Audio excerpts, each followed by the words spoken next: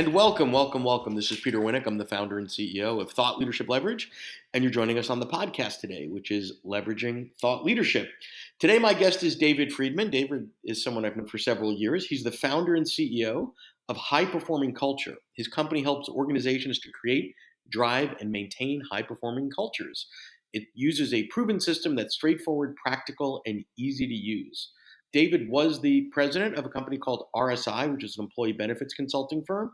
And he sold that company several years ago and transitioned into the thought leadership space. That company, in and of itself, was probably part of the reason he transitioned because it won all sorts of cool awards, best places to work in the Philadelphia region multiple times, Governor's Award for Performance Excellence, etc. David's also published a couple books and has spoken over 500 times over the last 7 years. So I'm glad he's speaking with us today. Welcome aboard, David. Thanks, Peter. Good to be with you this morning. Thank you. So first, let me go back because you fit into sort of this category of successful business guy that gets out of the business, which most people aren't fortunate enough to sort of engineer an exit, and then wake up and say, now what? Yes. And then the now what led you here. So what did that entail? You know, it's interesting, Peter. I sometimes, when I talk about the background, I sometimes say it was partly accidental, which I'll describe, although in retrospect, it looks like a plan. It really wasn't. And so what happened is after I sold my book, the sort of the legacy of the first part of my career, of my leadership career, was a system of working on our culture that we called the fundamental system. It was something that I had created, and that was the legacy. And I always knew that someday I would write a book about that stuff. And it was just really, it was a book for me as much as anything else. It wasn't designed to launch anything else. So let me ask you this. So was the book really the codification or the forcing mechanism to force you to sort of get it down on paper? In essence, what was the operating system for your business? To a great extent, yes, it was. And again, when I wrote that as a way of bringing closure to that phase of my career.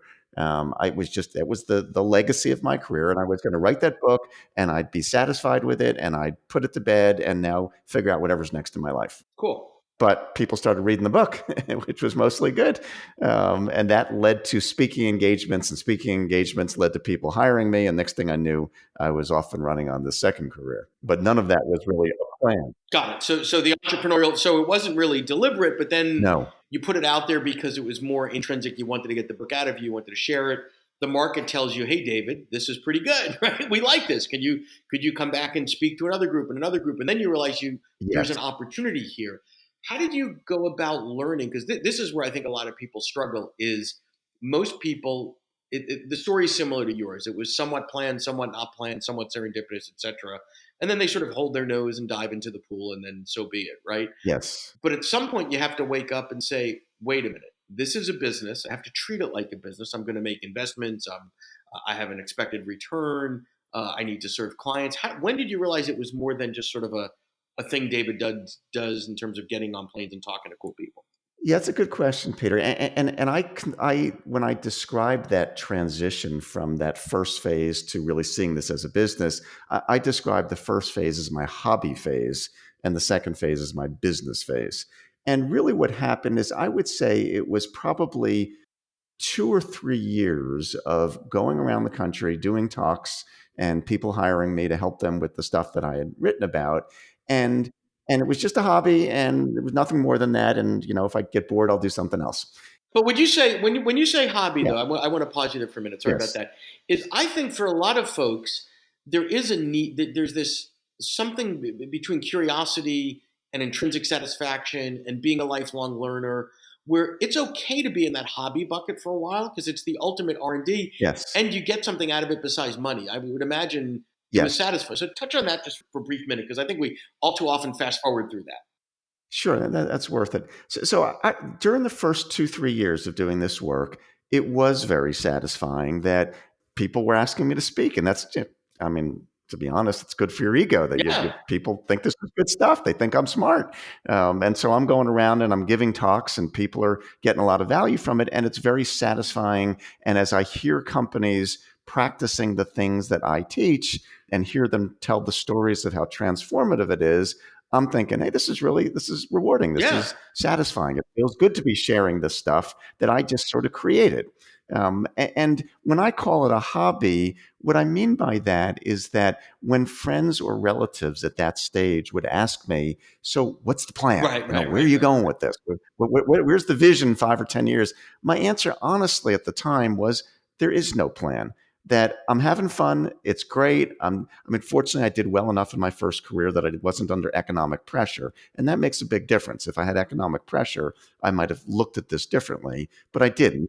And you weren't beholden to, and I have 10 people on staff and I Exactly. have an overhead and I have, right? So Yes, it's sort of like the opportunity cost was your time. exactly. And not that that's zero, but But there really wasn't much. you Yeah. were in a position to afford to do that. Exactly. So I could afford to just be free and just do my thing. And my answer when people would ask about the future was, hey, if I get bored and I find something else, I'll do something else. And if I keep enjoying this, I'll do this. But I Sure. have no plan. And the pivot point, what changed in all of that, wasn't one single event, but it was really the accumulation of events that every time I would do a talk, and this continues today, that I typically talk to Vistage groups of CEOs. And many of your audience members probably know what Vistage is, but it's a CEO peer group organization. Yep. So I would speak to CEOs, and every time I would do a talk, the CEOs, their eyes would be wide, and they'd say, "You know what? This is the first time anybody's ever made the topic of culture so clear and so actionable and so practical and useful." And they would say, "This is so different from anything I've ever heard before." And having heard that enough times, I began to appreciate that, you know what? This content that I had created, which was just me being me, was really valuable and was different and was worthy in the marketplace of something significant. And that's what caused me to stop and say, at a certain level, one, there's an opportunity here for sure. Sure. But even beyond the opportunity, this may sound corny, but I really felt like there was a responsibility at a certain level that this material I had created was so valuable and so good that it would be a shame if the world's exposure to this content was limited to me playing around with it as a hobby. It deserved more than that. And that's what caused me to then ask that question. Yeah, no, so that's on the sort of that impact piece. Yes, But now let's put on yes, the CEO hat. So once you make that pivot and say, "Whoa, this is more than a hobby," and I totally hear the sort of honoring the content and unleashing it, and sort of that evangelical need to get it out there because it makes the world a better place potentially. But now you got to put on your CEO hat and say, "Okay, this is where the business is now. It's largely reliant on me. I travel, I do things, I touch people, whatever." In order to change that, I need to change a couple of things, right? I need to have a different suite of products. I need to make investments. I need to maybe bring on people that have skills that I don't have. So, how did you then go through the thought process and the strategy and the investments to say, okay, I'm comfortable with X. Here's the KPIs, and now it's a business that needs to be treated like a business. yes. Well, I would say, Peter, that the first step in that was the recognition that this can't be a business unless I can codify what I had been doing and teach it to other people. So if I'm the only one who can do this, it's not a business. It's just a nice game. And so I had to codify that. And so the first thing I did, well, two things I did. One is I hired one person who was a marketing guy. His name is Sean Sweeney. Yep. And Sean had worked with me for many years in my previous company developing website materials and marketing materials, et cetera. So I hired Sean originally on a contract basis to help me start to build a website, et cetera, and then eventually decided to hire him as a full-time employee. So that was the first hire, so it wasn't just me. But most importantly, I had to begin to codify what I had been doing. And so the process that I had been doing with these companies, I had to write down and create training materials, audio materials, video materials, so that I could begin to hire people and teach them to actually do this process so that I wasn't the only one doing it. So the first step was really a proof of Sure. concept in a sense to say, I have to prove that this is not dependent upon David Friedman. If you're enjoying this episode of Leveraging Thought Leadership, please make sure to subscribe. If you'd like to help spread the word about our podcast, please leave us a review and share it with your friends. We're available on Apple Podcast and on all major listening apps, as well as at thoughtleadershipleverage.com/podcasts. This is a key point in time, and that point in time is different for everyone, where it either goes or it doesn't go. And what I mean by that is you've been doing, you've given 500 plus Yeah, speeches. So if I were to say, David, I'm throwing you on a plane tomorrow in front of a bunch of CEOs in Kansas or Cleveland or Dubai or whatever, you wouldn't I could do. Yes, sweat, no, right? You, not at you all. might want to ask, give me a sense of who they are, whatever. But one or two questions, you go, boom, Yep, it fires up the right synapses and off you go, right? exactly. And it's not just that you've done the 500 speeches, but you've been in business a long time, et cetera. In order to make that teachable and transferable, there's a lot of work that goes on that people don't realize until you start to sort of unpack that, right? In order to make it, your simple objective was, I want to make it teachable to others to teach to others. Yes. Sounds simple. What did you learn when you were codifying it? What was easy? What was hard? What was surprising? Yeah, that's an interesting question, Peter. And I would say that I think I'm fortunate that I have a skill set that many people don't. And that skill set specifically is the ability to reflect upon what I'm doing and think, so what did I do? Most of it that was unconscious, that was intuitive or instinctive. Right. But if I can reflect upon that and discern what were those things that I was doing instinctively, I wasn't thinking Yep. about it, but I was doing them. If I could codify, if I could think of what those were and articulate those, now I can start to teach it to other people. And I think for me, that actually comes very naturally. I'm very good at being able to do things and then stop and say, wow, that worked pretty well. I wonder what the hell I was doing there. That was pretty good. And I think a So lot of that's people that's struggle with that's that. highly unusual. So I one of the realize that. things Yeah. that we do when we're working with clients to sort of show how hard that can be is, we take something simple like backing your car out of the driveway or making a peanut butter and jelly sandwich and say, okay, Yes. David, go in the kitchen. We're going to make a peanut butter and jelly sandwich, but you need to write down the 117 steps it takes. You'd look at me like I'm nuts, right? But step one, find the butter Yes. knife. Step two, find the peanut. Yeah. Like there's actually I don't know if it's exactly 100 and some odd steps, but they're thoughtless steps because you just walk into the kitchen and the next thing you know, there's the sandwich and you don't realize it. It's the Yes. same. It's sort of the curse of the domain expert. To you, it's so fluid. It's so intuitive. Yes. And the fact that you have that ability to know, like, wait, this is the piece that I need to sort of stop and explain further, and this isn't. Not easy for some. So I'm glad it was easier for you than for most. Yeah, it really, yeah, and I think that's just a good fortune. I'm actually on that scale. I've been, yeah, having done 500 workshops, I have learned a tremendous amount about how to deliver a fantastic workshop, how to engage an audience, how to do it really effectively. And I've actually been just recently writing notes because that's another book that's out there. Is I've just figured out how to do that instinctively, but there's a whole body of material about how to do that really well Okay, that I know in my head what those rules are that I've just sort of figured out along the way, and I'm codifying those. But it's that ability to reflect upon what came naturally and codify that's been a real cornerstone of my ability to make this transition. cool. Then the next wave is you've got to make some strategic decisions around the markets you're going to serve, how you're going to market to them. That leads to or guides the productization, right? Yes. So how do you come up with a product mix that first objective, not dependent on you. Yes. Second objective, right? You've got to have high quality. It's got to be consistent. It's got to have impact. And how much of that is delivered through other people and how much of that is delivered through technology or other solutions? So walk us through sort of how that's unfolded for you. Yes. So this idea of productizing, if that's even such a word, I think is a really important thing for anyone in my space and the people that you work with, your audience.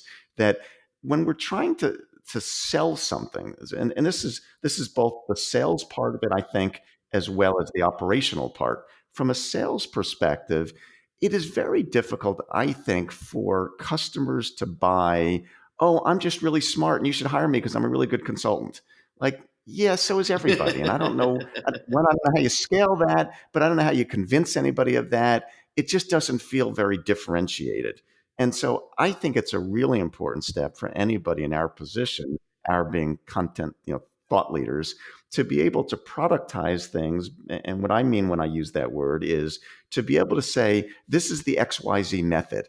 It's not just, I'm really smart, but we use the ABC method. And the ABC method has these 3 steps to it. And when you follow these 3 steps, this is the result that you get. But to be able to take what you do and, and organize it around a very specific formula or set of steps that it takes that you can then create a brand around that set of steps so that what you say is not, oh, I'm really smart and I'm a really good consultant, but no, I implement the XYZ system. For us, we call it the Yep. fundamental system, is this methodology that we use. But the translation of what we do into something that feels concrete and specific that can be a product.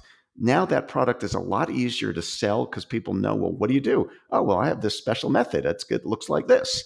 And that's a lot easier to sell to somebody. And it's a lot easier then to Yep. standardize so that you can create products and services and technology and teach it to other people because it's a system. It's not just David's really smart.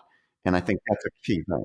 Well, and part of the trick there, which is somewhat counterintuitive for a lot of thought leaders, is how do I make myself irrelevant Yes. quickly, right? And you're not totally irrelevant, but you become irrelevant in certain Yes. client engagements where the methodology, the processes, the systems, the tools are really the meat and potatoes, right? You might be great at, and I'm not discounting your Yeah. ability to keynote or workshop, but that's sort of a nice to have. But the way one of your clients that has 700 employees really operationalizes it isn't really dependent on your charisma, your wisdom, your smart. Nope. It's the application of the systems against their Yes. business, and that to me is where the magic and the opportunities happen. Yes, and what I would say about that, and I think you're making a really important point here, Peter, that many in your audience might struggle with, or at least have to come to terms with, is I think there's a great deal of the ability to, I'm going to say it this way, to check your ego at the door, to make Yeah. yourself irrelevant. And I don't say that like, oh, everybody's got a big ego, but at some level, there's satisfaction from people thinking you're really smart or whatever. Your material's great, and you have to be comfortable being able to check your ego at the door and say, I need to make myself irrelevant. If I am too important to this mix, we're not building a business here. Well, it's time for money. I mean, ultimately, that's yeah, you're selling time for money. I would also say it's where you separate the wheat from the chaff. So let's take speaking for example. In many instances, there are some keynoters out there, and this isn't meant with any disrespect. That the reason that they keynote is they have some interesting life story. They won an Olympic event. They were top of top of their class. They survived a plane. Some just sort of life events or interesting or fascinating or celebrities or whatever. And that's all fine and dandy, but that sort of lives and dies on the stage. You can't, Yeah, turn into a methodology, Captain Sully landing a plane with all due respect to the right. captain, right? There's some leadership stories, etc. And that's what the audience wants in that context. You're not about the sizzle. There's way more stake, if you would, into Yes. methodologies, which I think is important. Yes, and I think to your point, I mean, from a speaking standpoint, in the Vistage world, speakers get evaluated on content and delivery, and they're really two very different things. I mean, you could Yeah. have a wonderful, be incredibly entertaining, and that's great, but ultimately, the meat is there content here that's really valuable that somebody can take this material and do something useful with it? And I would argue that many people, even though Vistage means well by saying, "Oh, well, let's evaluate David's content, let's evaluate his delivery," that's a really, really, really hard question to ask someone. It's like, you take a sip of soup and say, "What percentage of the yumminess of that soup was due to the cumin versus the tomato?" Like it's just a hard. We're not always able to answer that honestly, even though we intend to. Yeah, I mean, I think that's somewhat true, but I think, I mean, there are people who I think on either end of the spectrum there are people who could be incredibly entertaining, really fun to listen to, but at the end of the day, it was entertainment, and I can't go home and do anything with Yeah, no, this. that's true. And conversely, there could be people who have some really good material, but Jesus, they're so freaking boring to listen to that they just don't deliver that material That's an well. easier So I fix think that, actually, because you can actually yeah, develop the yeah, not for everybody, but to develop the ability to have some executive presence and communication skills with some strong content. I'd rather take on that challenge than the yes. other, but that's my bias. Sure, sure. But I think they are there. It's not. I don't think it's that difficult to separate those two because they are Okay. really, one is about entertainment skill, and the other is about, is this material itself valuable, worthwhile, something I can take it and run with it and use it. And by the way, sometimes the answer is no or not at this time. And then the question would Yes. be, what would I need to do in order to make that so? And am I willing to do that? Yes. So as we start to wind up, David, I want you to address, somewhere out there now listening is you 10 years ago, right? Maybe they just had a nice exit and they're passionate about something and they're sort of dabbling. What would you advise that person to do or not to do? I would say that to me, one of the things that has been important for me is that I do tend to be very focused. And what I mean by that is the importance of knowing who is it that you want to serve, what is it that you want to do, and to do that in a very intent to do it with great intent. And what I mean by that is that as I have spoken to people who've been in the position of some of your audience where they've sold a company, they've had some thought leadership, whatever, they tend to be, and you've probably seen this, they want to be everything to everybody. I got a lot of good, I'm a really good leader and I can help people with strategic planning and with finance and with, leadership and with this and with that. And that's really hard to do anything with. And I think it's much more important, for me, it's culture to be able to say, you know what, I'm the culture guy. That's what I am. I'm not strategic planning. Yep. I know a lot about those things, but I am the culture guy, and that's what I do. And I'm really intensely focused on it. And that focus, and then even more focused, is to be able to say, I'm the culture guy for certain types of companies, small to mid-sized companies, the SMB market, and to be able to be very intensely focused on what is it you do, who do you do it for, and then to what we talked about before, Sure. to productize that, to be able to take that thought and make it into a product. I think that's the best advice I could give people is be intensely focused on what is your unique spot and then create product around it. I love it. Well, great advice, David. I appreciate all that you've shared with us today. My pleasure. There's lots that lots of folks can learn, and I wish you continued success in your journey because it's going nicely for you. Well, thank you, Peter. Appreciate it. Great. Thanks so much. To learn more about Thought Leadership Leverage, please visit our website at thoughtleadershipleverage.com. To reach me directly, feel free to email me at peter@thoughtleadershipleverage.com. And please subscribe to Leveraging Thought Leadership on iTunes or your favorite podcast app to get your weekly episode automatically.